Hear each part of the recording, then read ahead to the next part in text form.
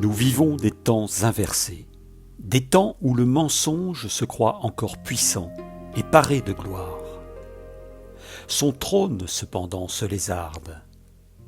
Sa nudité obscène se montre au grand jour. Ne pas le voir exigera bientôt un degré de cécité sans précédent. Nombre d'entre nous choisiront cependant de fermer les yeux. Le jugement dernier est cet état de notre monde matériel dans lequel nous sommes entrés. C'est une question de cycle et de ce que nous avons fait, nous, humanité, du temps imparti pour notre accomplissement ici-bas. La lumière issue des sommets éternels de la création flue à présent de façon renforcée dans cette partie de l'univers que notre Terre occupe.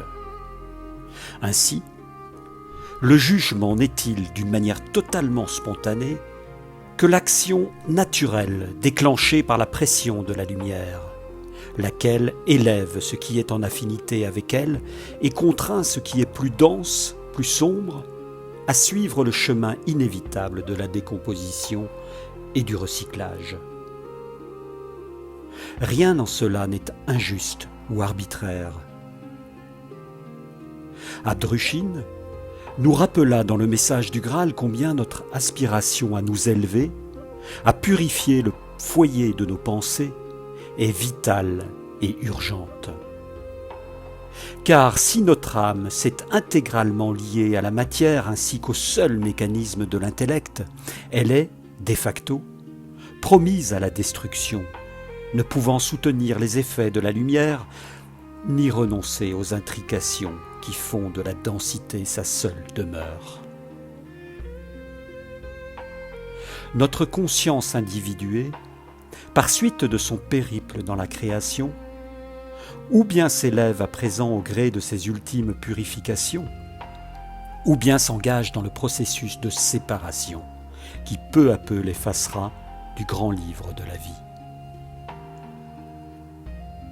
L'homme ne veut le plus souvent ni le voir ni l'entendre.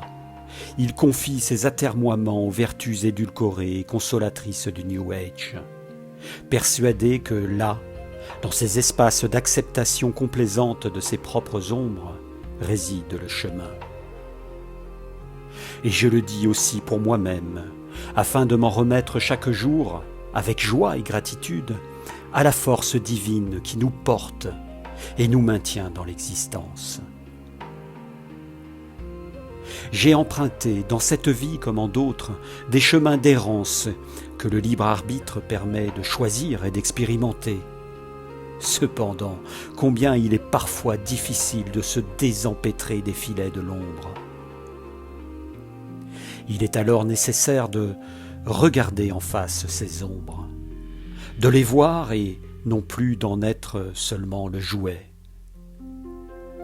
Mais ce n'est là simplement qu'une étape dans laquelle bien des âmes s'enlisent, que ce soit des années durant sur le divan d'un psychanalyste ou dans les méandres compassionnels du développement personnel.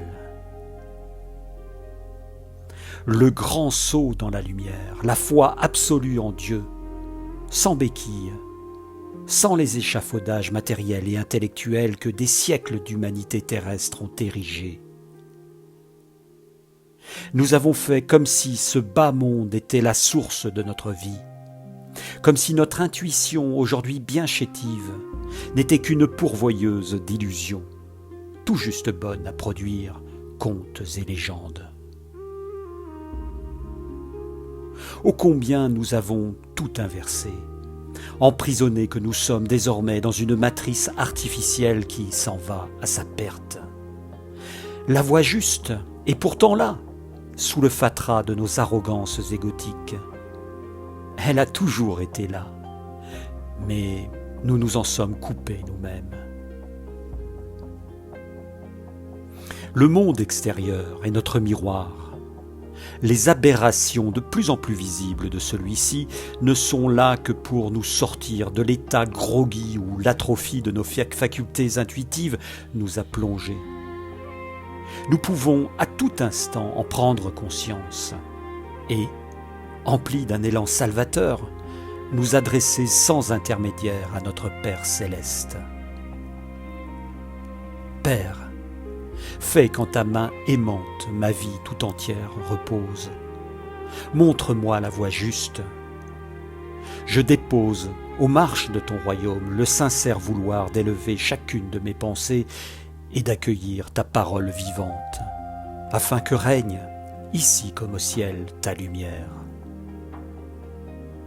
Rien ne doit être une récitation, une contrition simulée, un ânonnement répété et sans vie qui fait aujourd'hui la mort de nos églises. La prière est un élan de gratitude jailli du cœur de l'homme en direction de son Créateur. Là est la guérison des blessures. Là est le chemin qui vivifie, qui régénère et qui élève.